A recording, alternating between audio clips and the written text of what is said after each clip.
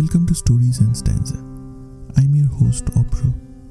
I'm a writer and I created this podcast to bring you a montage of real stories that make life beautiful as poetry. Today's episode is part of the Fail With Me series. I have had a few difficult years where I felt incredibly isolated. So when I came out of it, I wanted to create a supportive space to help those going through similar challenges. In a world that celebrates success and stigmatizes anything that doesn't fit that mold, Fail With Me aims to normalize and accept failure. I explored the concept of failure from various perspectives and challenge the notion that failing is something to be ashamed of. If we can truly unpack the layers of failure, we will find key to our healing. Please join me in welcoming today's guest. Thank you. Hi, Brooke. Good morning and welcome to Stories and Stanza. How are you doing today? I'm great, thanks you. Thank you for having me on. I'm looking forward to our chat. So for our listeners, could you give a brief introduction, please? Yeah, I'm Brooke Bownes, also known as the Inner Child Coach. I tend to help mainly women, but also men to heal their inner child wounds, which often affect us in our adulthood that we don't really realise. So I work back into their life to find out where their beliefs started and how it happened to them.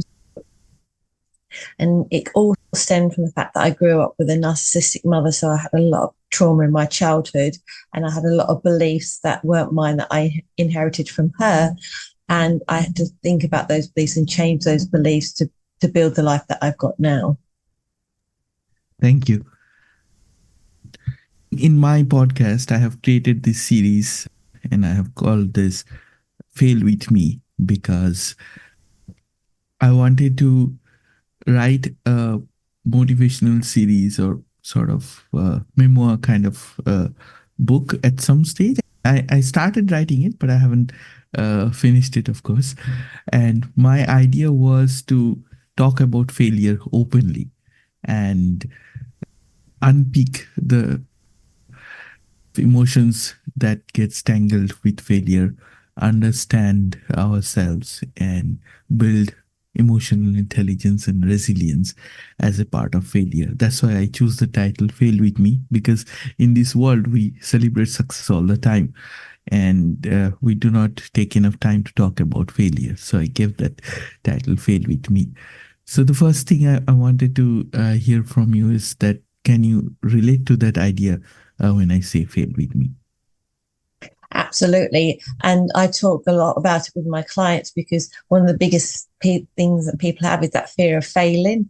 But I always say that we either succeed or we learn rather than fail. So it's like reframing it a bit, because when we don't succeed, we can learn so much from that. So I actually love to make mistakes. I love to fail because that way I remember to do things and change things differently. And I often talk about different things. Like I remember once I put a TikTok out and in the actual head, it was and it was supposed to be YOU''RE, but I put YOUR, but 6,000 people saw it and not one single person said, oh, I can't watch this because you haven't spelt it right. But I then screenshotted it and talked about it in my Facebook. Like, it's okay to fail. It's okay to make these mistakes because we learn from them. Like now I will always double check that the autocorrect hasn't changed my wording before I put a heading out. So to me, failing is learning. So I absolutely love to fail because when we fail, we learn and we move forwards anyway. So it's just reframing it and changing it. And I've failed in so many different things. I've put courses out, nobody's bought. I've done Facebook Lives and nobody's watched them. I've put out Reels and TikToks and they've like flopped. So yeah, it's one of those things I think the more we fail, the more we grow. So I absolutely embrace it and love it. But I didn't always feel that I had this huge thing of like, I can't do that because I might fail and what will people think? It's this kind of underlying thing of like, if I do something, I fail, what are people going to think of me? So it's helping people to understand that it's okay to do that because actually when you do something fail, people are more likely looking at it thinking, well done for having a go at it. Yes. And one of my objectives is that we unlearn the stigma of failure. Like we hear this negativity, we get this negativity from around, from upbringing, and many other ways of our life, and then we always think that failure is bad. So that is why my take on this is fail with me is to accept failure and normalize failure from your which is why I'm very keen to hear from your personal journey and your ideas as well in today's podcast. If you look back to in your life, you talk about your healing journey, which is from trauma, and then how it worked for you, and what do you think worked best, and what were the challenges in your reflecting back in your life? I think it was the pivotal moment was I jumped out the frying pan into the fire, went from one kind of like failure to the other. I was living with my narcissistic mother, and then I got into a relationship with a narcissist without realizing it. So I then suddenly realized actually for me to like change, things to change around me, I needed to be the one that changed, because I'm not going to be able to change the people that are around me, but I can actually change the people that I attract. So I started on my journey then of thinking, okay, I need to start thinking about how I am and what I feel about me and what I believe about me. And it's okay to fail. And I always call it failing forward, because as I said, when we fail, we learn, so we move forward. And I'm totally with you on this stigma about failing.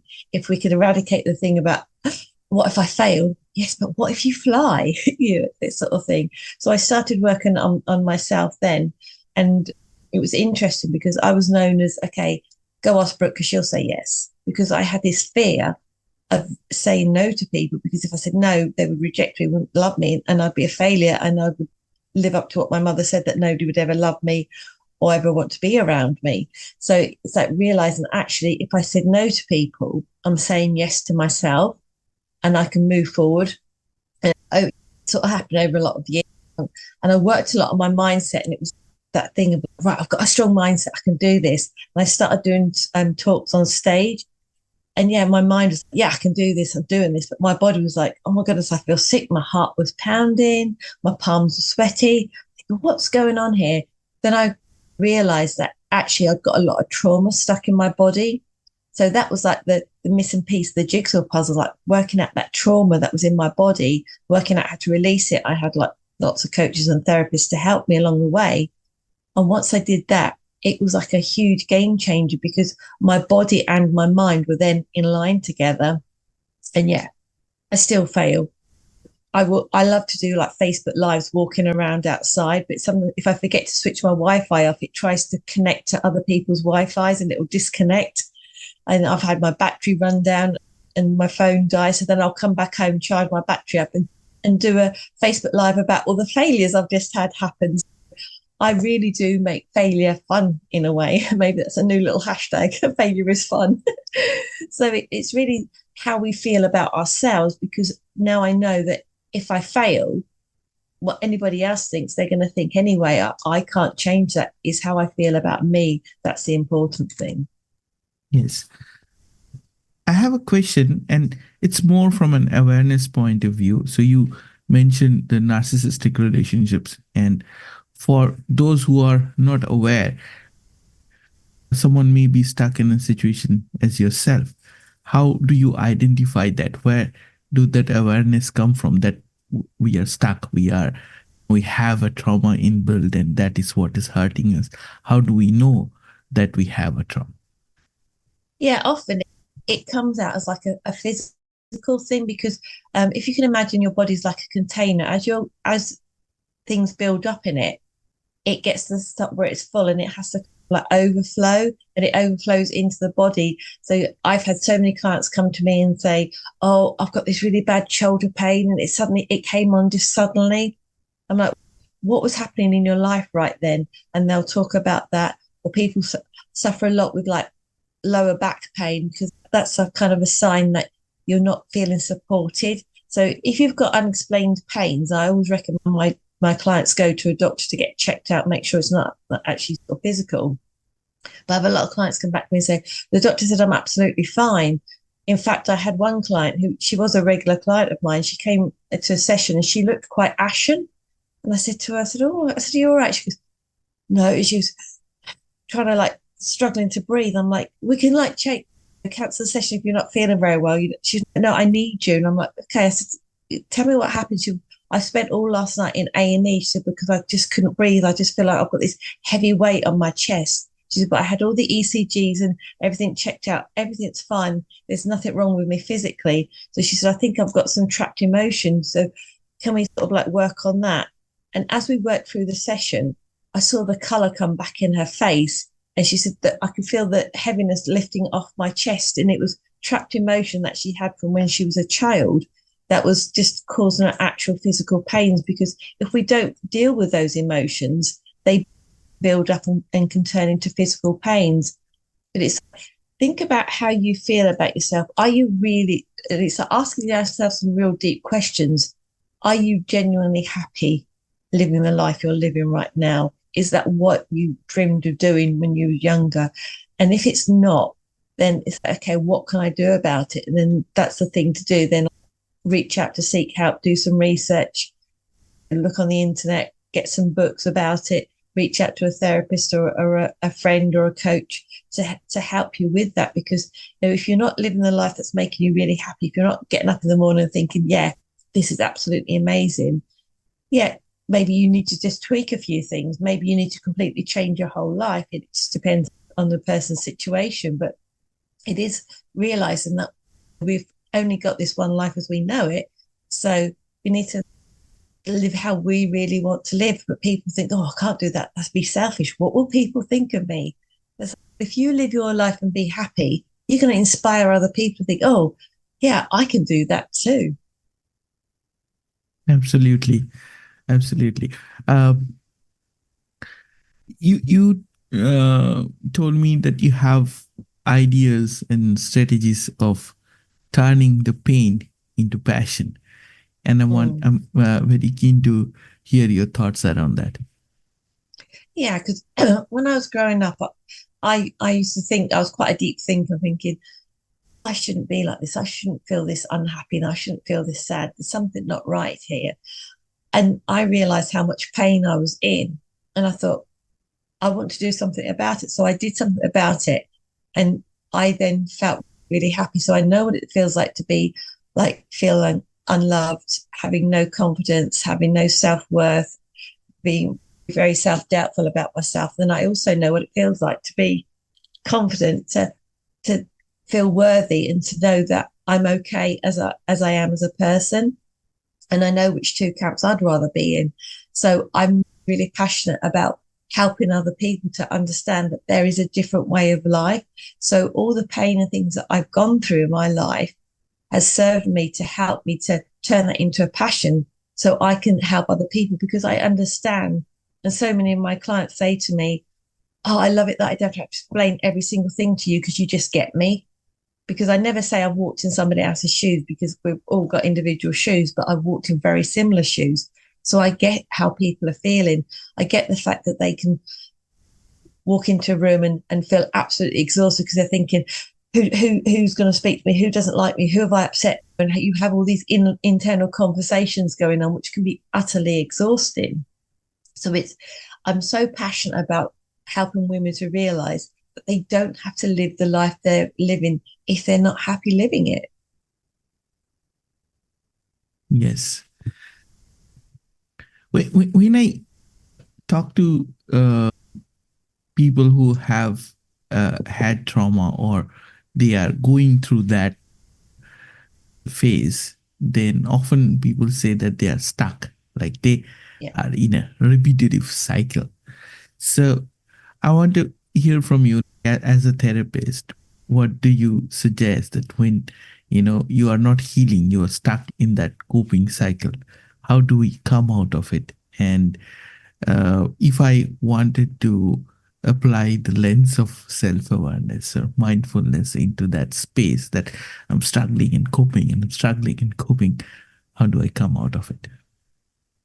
Yeah, it's a great question. And it's understanding, it's being really aware of ourselves. Now, how I work is I work a lot with what's called family systems. So we've got us as an adult, we've got our inner child, and then we've got what we call protector parts. Now, these protector parts can be anger, sadness, procrastination, self-sabotage, self-doubt, addictions. There's thousands of them. Anger, sadness.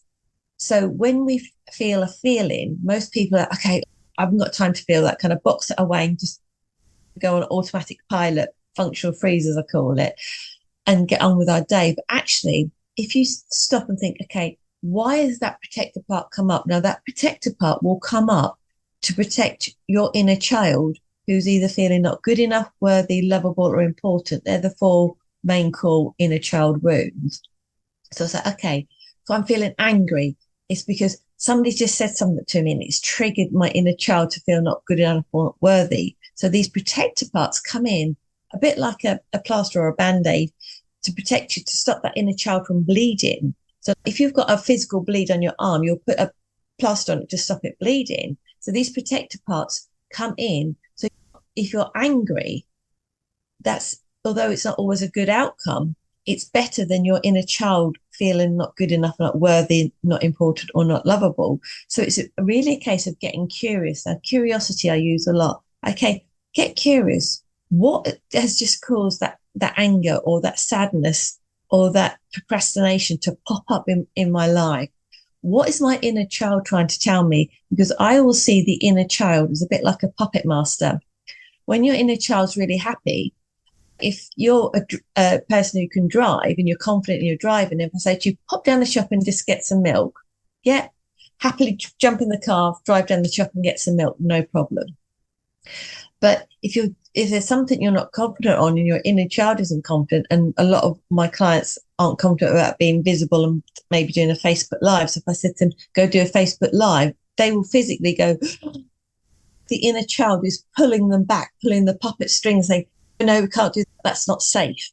So it's really noticing how your body's reacting, because so many people spend their time from their neck upwards in their head, but not actually realizing that their body is talking to us all the time. Now, our mind can trick us, but our bodies never lie. So if anybody doesn't take anything else away from this podcast, but takes that away, our minds can play tricks on us, but our body will never lie to us. That gut reaction we get, that gut instinct, people think, oh no, I just need to ignore it because I can think my way out of this. Actually, no, it's that listen to that gut instinct because your body is telling you the truth.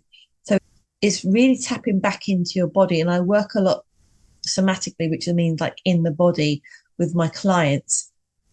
What they're thinking, isn't as important as how they're feeling and where that feeling is coming from and where that feeling and the belief has come from to create that feeling, to create their life they're leading now. So it's really being aware of what you're doing. Now, one of the things that you can do to help you to, and I call it like having your nervous system offline or online. When your nervous system is offline, it's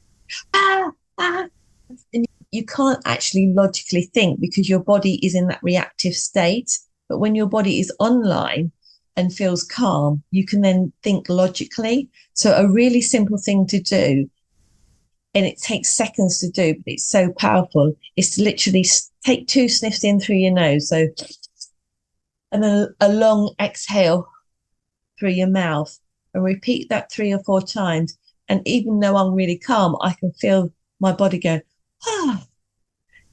because it actually helps you to go from like your body going, to like actually feeling nice and calm. And then you can then think, okay, what do I need to do? What's going on with my body? What's going on in my life? What decision do I need to make right now? That is great. And I have done some somatic sessions, and it has deeply impacted me in a good way, of course. And I've spoken to guests on the show about somatics, and I think I can definitely relate to what you're saying. And this podcast is my attempt to spread that awareness and positivity among my listeners. So thank you for explaining that so well. I loved it. And I'm now looking forward to hear from you on the book. So can you tell me a little bit about what your book is called, what it is about? Yeah, it's called You Can Have It, How to Break Through the Self-Sabotage Cycle. And again, it's all about my passion and inspiring people. I had this idea to write and publish a book in 90 days, not to become like a multimillionaire or an overnight sensation or anything, but to, to help other people to think, what could I do in 90 days if Brooke can write and publish a book? And what I did was I documented it each day on Facebook, what I was doing and how I was feeling and the ups and downs of writing a book, because I decided on the 28th of May to write it. And I started it on the 1st of June, which was a pivotal date because that's one of my granddaughter's birthdays, who I happened to actually deliver on my daughter's kitchen floor. That's a story for another day. And I started writing it. I had no clue about how to write a book or what to do. But because I put it out there and started writing it, it was that action of actually thinking, I just need to start the first sentence of the book. And then I suddenly came across somebody who could edit it. I had a friend who'd already took some photos for me. She was actually a book designer as well. So she designed the book cover and everything fell into place. And then I wanted it finished and ready to publish by the 1st of September, which is mine and my husband's wedding anniversary. And I did actually achieve that. I mean, the writing of the book wasn't the issue because I've got all the content like in my head. I use it every day. It was all the little things like deciding on the title of the book, deciding what photo was going to be on the book, deciding what size the book was going to be, the font of the title and all those sorts of things. But what I loved about doing my book wasn't me actually writing the book, because as far as I was concerned, it was a success before I'd even finished it. Because as I was documenting it, people were saying to me, oh my goodness, I've started, well, to start with, people, oh my goodness, how crazy, how mad are you, how brave are you for deciding to write and publish a book in 90 days and telling the world about it as such. Then people started messaging me saying, I decided to start writing my book. Somebody said, I've gone for a promotion. If you can write a book in 90 days, I can ask my boss for that promotion. I've asked for a pay rise. I've gone for a different job. I've started a business. And one person even said, I've been putting off asking this person out for a coffee for ages, but I thought, if you can write a book in 90 days and publish it, I can ask somebody out for a coffee. So as far as I was concerned, it was a success before it was even finished writing, because it was inspiring people to think, I can do that. I can have a go at that. Because all along as well, talking about failing, I was saying, I don't know if I'm going to achieve it or not, but I'm going to give it a good go. And I will let you know along the way how I was feeling. And like, there was all different things happen. Like at one point in the book, it was like, I put the word pooping instead of, I think it should have said putting or something, but autocorrect changed it. And I even like put that on my Facebook. Like, oh my goodness, the editing's quite interesting. Were you going to leave it in the book? No, it was popping instead of, and it was pooping. Obviously, it didn't pick it up. And I said, well, you'll have to wait and see till the book comes out. But it was making people laugh along the way, and people felt like they were coming on the journey with me. So it was inspiring people to think what they could do. And I'm not a believer of thinking outside the box, so I don't believe that we live in a box. So it's like we just need to like expand and think, okay, what do I really want to do with my life? What really brings me joy? And see how you can work your way to do that. If you really want to have a business, but you think, no, I can't because I've got a full-time job and I've got responsibility and bills to pay. So how can you start that part-time, that business on a part-time basis, maybe a couple of hours a week? It's just inspiring people to think, what can I do, instead of, oh, I can't do that because I may fail.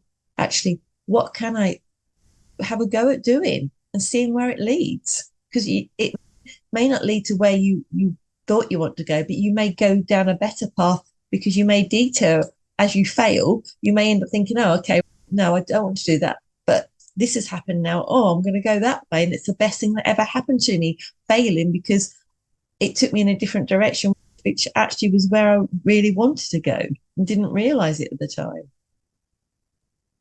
No, publishing is a very rewarding process, I think. I mean, I have published two poetry collections, but the first one, when I wrote it, it was sitting there for a couple of years until one of my friends read that manuscript and said, "You must publish this." And when I did that, I got to know about the process of how to do it, how to print it, etc., etc. And that was very rewarding, and which made me think of my second book. And now I'm writing my third book. So, if I didn't take that first step, I think that I would Exactly. never come to where I am today. So I And that think is because, you thought, okay, it's okay to fail. I'll start that first step. And if it doesn't work out that way, I'll look at a different way, because we don't know if it's going to work out until we actually take that first step to go down that road. And like I said, you may fork off to a different road, and that's okay. I've had several different careers in my life and changed direction a few times until I felt where I really want to be. And that's okay to do that. So many people come to me and say, I can't do anything different because this is the way my family's already did it, already does it. And they've always done it that way. But I get them to say, does that actually serve you? Does that help you right now? Because it may have worked really well for your grandparents or your great grandparents because they were in a different generation and different times. But is that actually serving you now? And the kind of blank look and stare I get, I've never really thought about whether that I could change that and I could be a different. I said, absolutely. It's your life. You can change it how you want to change it.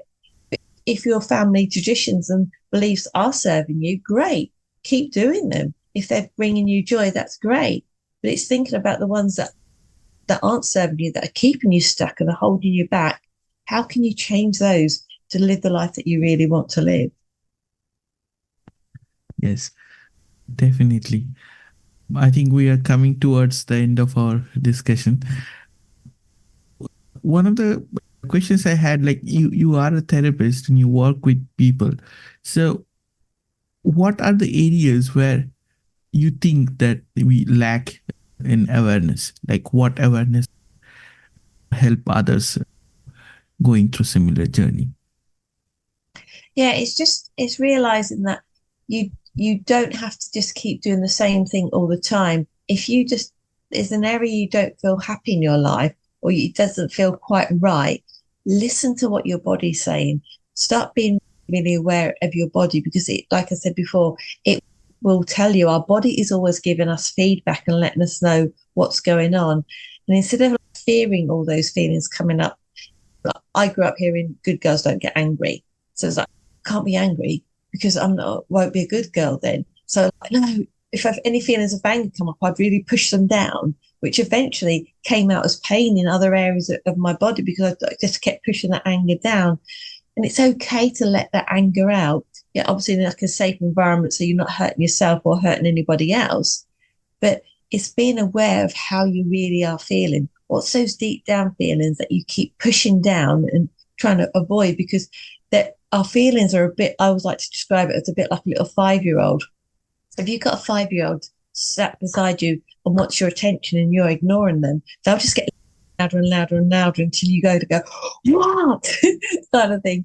But it's like the same with our feelings and our emotions. If we don't address them and be aware of them and process them and deal with them and let them out, they will keep coming back up and coming back stronger and heavier and come out as our body won't be at ease, hence the word disease, because we end up with different diseases. If we keep pushing our feelings down and not addressing them, we can weaken our immune system, then it causes inflammation and all sorts of things can happen in our bodies. So it is being aware of where you are and how you feel. So it's like certain situations trigger you off.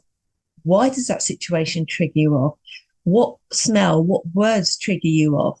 And where's that belief and story come from? So it's getting really curious about what your body's telling you.